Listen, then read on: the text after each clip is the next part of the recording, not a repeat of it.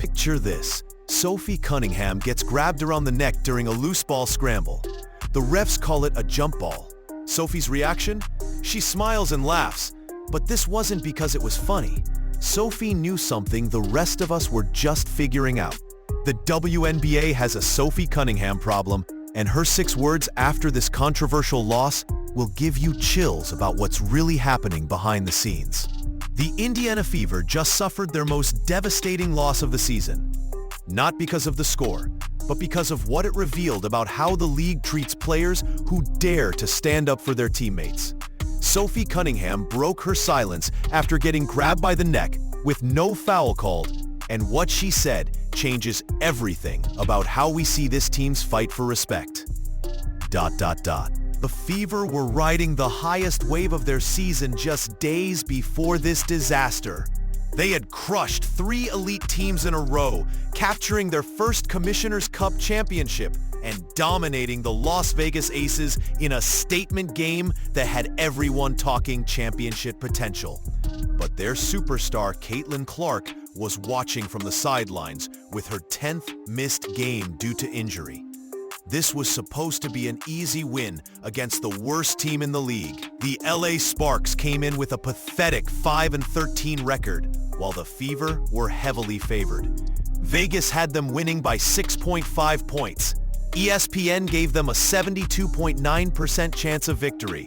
Instead, they lost 89-87 in a game that exposed the ugly truth about officiating bias in the WNBA. The cruel irony cut deep. The Sparks had already beaten the Fever once this season when they were at full strength. Now here they were, undermanned and struggling, facing the same team that had embarrassed them before. The final score tells only part of the story. The real controversy was about to unfold in ways that would leave everyone speechless. The game was close. Tensions were running high. And then the referees completely lost control. What happened next had Coach Stephanie White seeing red, and fans questioning everything about how certain players get treated in this league. Julie Van Loo grabbed Sophie Cunningham around the neck during a loose ball scramble. This wasn't minor contact or incidental touching. This was a clear, dangerous foul that happened right in front of the officials. The whistle stayed silent. You could see Sophie's reaction in real time, that smile, that laugh. But this wasn't amusement. Sophie knew the refs weren't protecting anyone out there, especially not her. Meanwhile, the same officials were spending endless time reviewing clean defensive plays, while actual fouls went uncalled all night long. The pattern became crystal clear. Aaliyah Boston, arguably the best center in the game, was getting called for phantom fouls and put in foul trouble. Caitlin Clark never gets the calls that other superstars receive. But when it comes to Sophie Cunningham, the message was obvious. You're on your own. Coach White's post-game press conference said everything with 4 simple words. We didn't get the calls. That statement captured the widespread feeling that referees had unfairly impacted the game. White wasn't making excuses. She was stating facts that everyone watching could see. To understand why Sophie becomes a target, you need to understand her role on this team. Sophie Cunningham isn't just another player.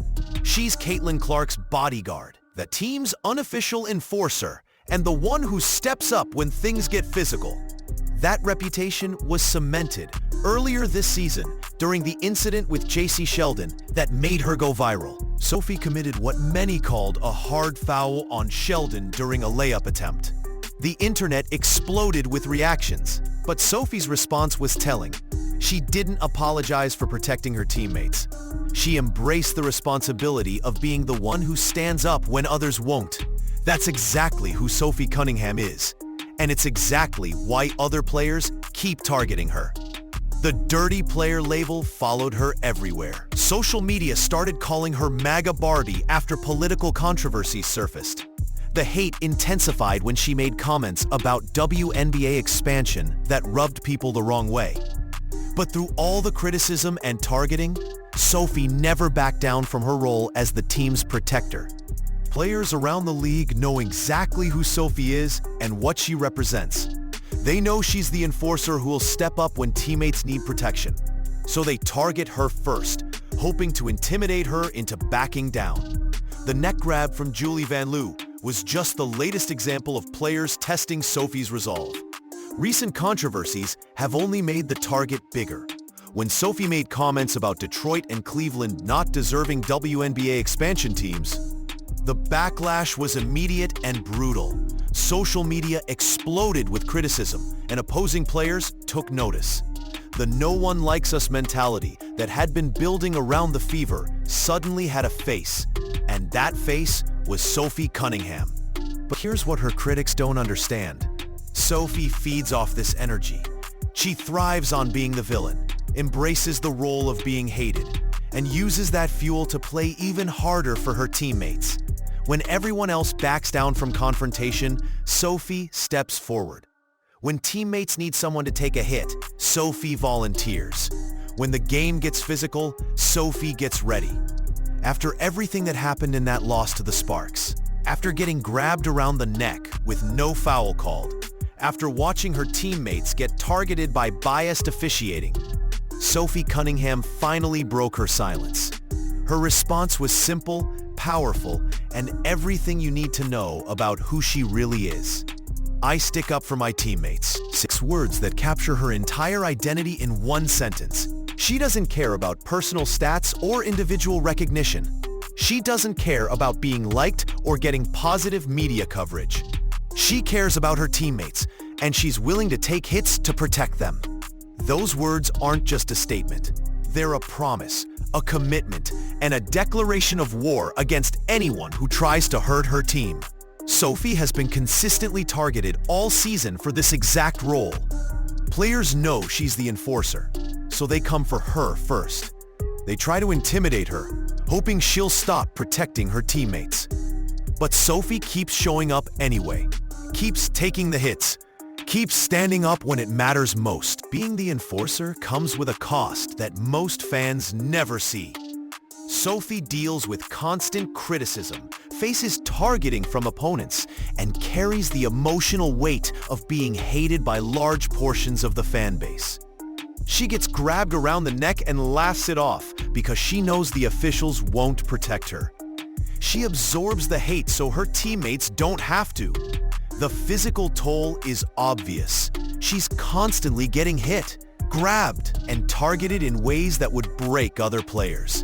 But the emotional weight might be even harder. Sophie embraces being the villain because someone has to, but that doesn't make it easy.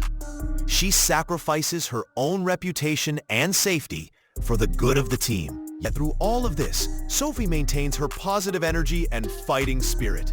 When Caitlin Clark went down with injury, Sophie stepped up her leadership. When the team struggled without their star player, Sophie kept the energy high. When refs made terrible calls, Sophie kept her teammates focused. That's what real leadership looks like. Sophie Cunningham embodies everything great about team basketball: sacrifice, loyalty, and courage. She takes hits so her teammates don't have to. She accepts the role of being targeted because it means protecting the people she cares about. She puts the team first in every single situation. When Caitlin Clark returns healthy, she'll come back to a team that knows how to fight for each other. Sophie's 6 words remind us that championship teams are built on players who sacrifice everything for their teammates. The Fever's title hopes don't just depend on Clark's scoring or Boston's dominance. They depend on having someone like Sophie who will stand up when things get ugly. The league needs to protect players like Sophie who bring heart and integrity to the game, not punish them with biased officiating. This loss hurt, but it showed the character that will carry the Fever to their first championship when their superstar comes back healthy and ready to dominate. With Sophie Cunningham watching their backs, this team is built to fight through anything.